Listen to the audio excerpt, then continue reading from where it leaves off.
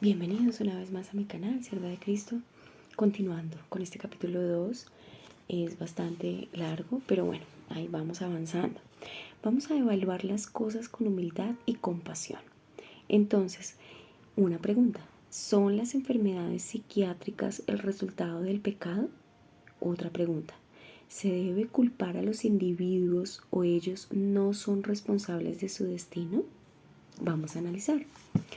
Volviendo a los pronunciamientos propios de Jesús y de aquellas explicaciones que encontramos en otras partes de la Escritura, o sea, de la Biblia, hay conexiones entre el pecado y la enfermedad.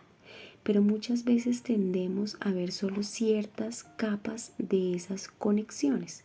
Es cierto que los principios mostrados en el libro de Proverbios y en otras partes de la Biblia sugieren que vivir rectamente, hablando en términos generales, podríamos decir que nos lleva a una existencia menos complicada que si ignoráramos estos preceptos.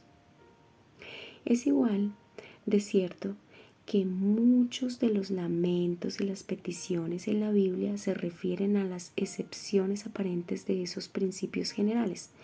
Los impíos prosperan y los inocentes son barridos por razones que, sin la luz de revelación especial, son desconcertantes y aún perturbadoras incluso bajo esa luz. Por lo tanto, se nos aconseja lidiar con la complejidad. Deberíamos estar más abiertos a una variedad de respuestas y refrenarnos de restringir nuestras preguntas a aquellos que requieren respuestas binarias preestablecidas. Entonces, preguntas: ¿es lícito dar tributo a César o no? ¿Quién pecó, este hombre o sus padres? Para esta última pregunta podríamos estar seguros de que tanto este hombre como sus padres pecaron, al igual que Job. En estos ejemplos específicos podemos estar igualmente seguros de que su pecado no era directamente responsable del sufrimiento que le sobrevino. Estamos seguros en estos casos y no en otros, debido a la revelación directa de Dios mismo. No es que pecó este ni sus padres, sino para que las obras de Dios se manifiesten en él. Y en el caso de Job, fue su justicia la que trajo sufrimiento, tal como lo aclara la introducción del libro. Es raro que encontremos una desaprobación tan directa e inequívoca de cualquier conexión entre un pecado específico y un sufrimiento horrible, ¿sí? Es menos raro, pero todavía poco común, que se den vínculos específicos entre pecados y enfermedades particulares. Por ejemplo, la lepra de Miriam, el brazo seco del rey, la muerte de un bebé debido al pecado de sus padres. Estos y otros ejemplos en la Biblia. Sin embargo, en la mayor parte nos queda la sensación mucho más general de que la enfermedad y el sufrimiento en el mundo están distribuidos en maneras que desafían nuestra comprensión. Si alguna vez imagináramos haber descubierto la economía de Dios, es útil considerar la recompensa infligida a un niño quien si halla favor ante los ojos de Dios, él muere porque tiene el favor de Dios debido a la bondad de Dios. En términos humanos, muchas veces es la crueldad deliberada de una persona o un grupo lo que causa un sufrimiento incalculable para otros. Una persona peca, muchos otros relativamente inocentes sufren. Seguramente cuando enfrentamos el sufrimiento de los individuos, hacemos bien en evitar afirmar confiadamente las causas y señalar culpa personal. La mayor parte del tiempo, del mismo modo, deberíamos estar renuentes a extender una absolución superficial que podría ser tanto desacertada como fuera de lugar. No somos responsables de nuestra genética. Por otro lado, algunas condiciones genéticas están tan codificadas que simplemente poseer un gen en particular es el distinto. Por ejemplo, la enfermedad de Huntington, EH, es solo un ejemplo. Por otro lado, otras propensiones genéricas son mejor vistas de manera menos fatalista. Gran parte de la lucha en la práctica de la medicina implica la tensión entre la tendencia hacia ciertas enfermedades y las propensiones personales que podrían llevar a la activación de genes latentes y a expresiones de enfermedad, o a la inversa. Podrían retrasar o hasta prevenir la enfermedad, o por lo menos provocar la remisión. La determinación de la casualidad no debería convertirse en un objetivo en sí. La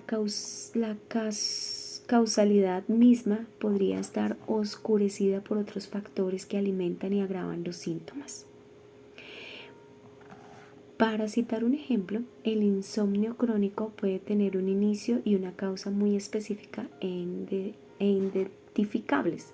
Sin embargo, con el paso del tiempo, la causa tiende a desvanecer en la memoria, ya sea de manera natural o en el caso de un trauma de combate, por ejemplo. Debido a que la memoria está dispuesta o no, por el contrario, reprimida, los patrones de pensamiento que ayudan en la represión de dichos recuerdos, incluyendo la hipervigilancia, la invalidación, la elusión y el adormecimiento emocional, pueden volverse habitual y durar más que cualquier supresión deliberada o involuntaria, o el recuerdo de estas memorias durante décadas. Eso quiere decir que a veces pasan situaciones que quedan tan marcadas digamos, al interior de nosotros mismos, que puede ocurrir dos cosas. Una, puede haber un olvido completamente, o puede perdurar el recuerdo. Bueno, en tales situaciones el insomnio parecía ser primario. Por ejemplo, sin causa evidente, aunque sí tienen una causa muy específica los efectos colaterales del insomnio crónico, es decir, la fatiga, la irritabilidad, la mala concentración, la expectativa y el temor de no poder dormir. Solamente sirven para prolongar y agravar el insomnio cuando después de algún esfuerzo se identifica la causa putativa, y esto no es tan común como uno quisiera. Este hallazgo no resuelve mágicamente el insomnio, ¿sí? En el sentido de que éste ha adquirido aparentemente una vida propia, con una constelación de otros síntomas que confunden las cosas. Si algo con una cronología clara y causalidad convincente, cómo esto puede ser muy complicado de resolverse y de tratar. Cuanto más lo son las condiciones en las que temas de voluntad y genética, culpa e inocencia y aparente casualidad se unen, repito, con relación a la casualidad y la responsabilidad inferida, la humildad es más útil que la arrogancia. La recompensa de la primera son mucho más agradables en cualquier caso. Bueno, no puede enfatizarse demasiado que el sufrimiento está en todas partes y que incluso está garantizado para quienes buscan llevar una vida cristiana conscientemente. Al igual que está prometido para quienes ignoran a Dios y su bondad, pueden parecer que algunos escaparon de las dificultades y pueden parecer así a pesar de merecerlo sobradamente. Pero se nos asegura, y lo sabemos por observación general, así como por la Escritura, que tal respiro es temporal. Sin embargo, si el corrupto parece, por un tiempo, escapar de la justicia, y si comparativamente el inocente sufre, ¿cómo vamos a repartir la responsabilidad por el sufrimiento que encontramos en nuestra vida y en la de otros? Muy cuidadosamente y con humildad y compasión. Entonces, los dos consejos primeros son humildad y compasión. Bueno, la mayoría de nosotros sabe cómo escapar de muchas consecuencias bien merecidas, así como también soportar tribulaciones no merecidas, lo que podría parecer como sufrir los disparos penetrantes de la fortuna injusta. Mi propia experiencia, y sé que es igual para otros también, es que generalmente recibimos muchas más oportunidades de las que merecemos. Mientras que todos conocemos a aquellos cuyas situaciones aparecen contrarias, tratar de descubrir el por qué es problemático y a veces insensato. Así que si bien no podemos dejar de enfatizar que el sufrimiento viene sin pedirlo y en maneras bastante inesperadas y aparentemente inadecuadas, podemos tomar cierto alivio en saber qué es la crisis de la humanidad. Tratar de explicar muy detalladamente o con un nivel de precisión que no está apoyado por la evidencia es presuntuoso, sino peligroso. Entonces, aquí quizás es mejor, al igual que Agustín, decir que no sabemos con más frecuencia de lo que quisiéramos y que podríamos no entender tanto como nos imaginamos, incluso si lo supiéramos. Bueno, una respuesta sabia. Incluso en una situación tan clara como el gen EH, sabiendo cómo es ahora posible que uno ha heredado el gen y está por lo tanto condenado a desarrollar demencia temprana y pérdida de funcionamiento, no excusa una aplicación fatalista de ese conocimiento. Para estar seguros, el principio de la enfermedad clínica en tal caso disminuirá tanto la capacidad como la responsabilidad.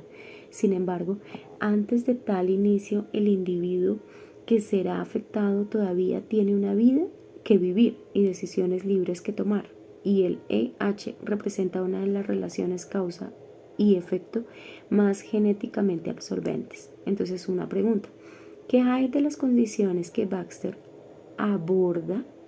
Baxter asume repetidamente esta consideración expiativa de causa y efecto, la culpabilidad y la capacidad, el determinismo y libertad en la forma de consejo que se da. Conocedor de la tensión entre causas y efectos unidos vagamente, él parece negarse a culpar a la gente por lo que ellos no pueden evitar, mientras que simultáneamente se rehúsa a exonerar a la gente de ciertas responsabilidades que pueden y deben cumplir. En el medio, él requiere que los amigos y la familia hagan lo que no puede esperarse que hagan las almas enfermas por sí mismas. Sin embargo, exige lo que solamente ellas pueden hacer. Baxter es al mismo tiempo gentil y complicado, generoso y exigente. Bueno, analizando lo que vimos, ¿no?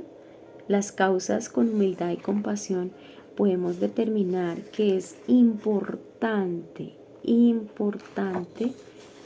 la red de apoyo. La red de apoyo es supremamente importante. Recordemos que la red de apoyo es inicialmente la familia, o sea, el grupo familiar donde vive el individuo o la persona que está sufriendo depresión, ansiedad, ¿sí? Y más pues si es cristiano. Entonces, lo primero es la familia.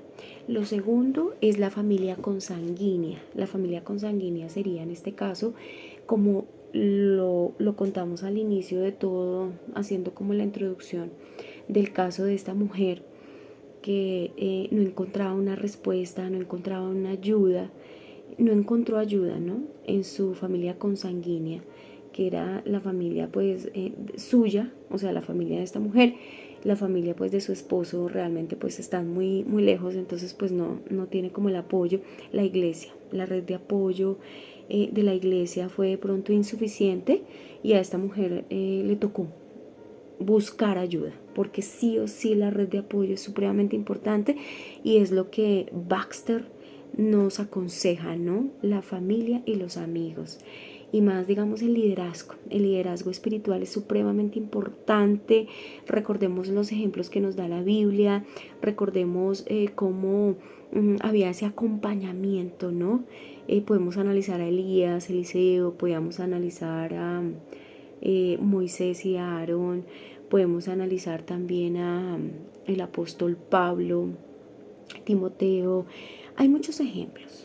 Pablo y Silas también, o sea, es importante que podamos entender que se debe tener ese acompañamiento en la iglesia, es supremamente vital y a lo largo de lo que hemos leído vemos que la carga de Richard Baxter como pastor ante esta situación de depresión y ansiedad que estaba viviendo en su época y en este momento también. O sea, la depresión es la misma desde ese siglo XVII a este siglo XXI.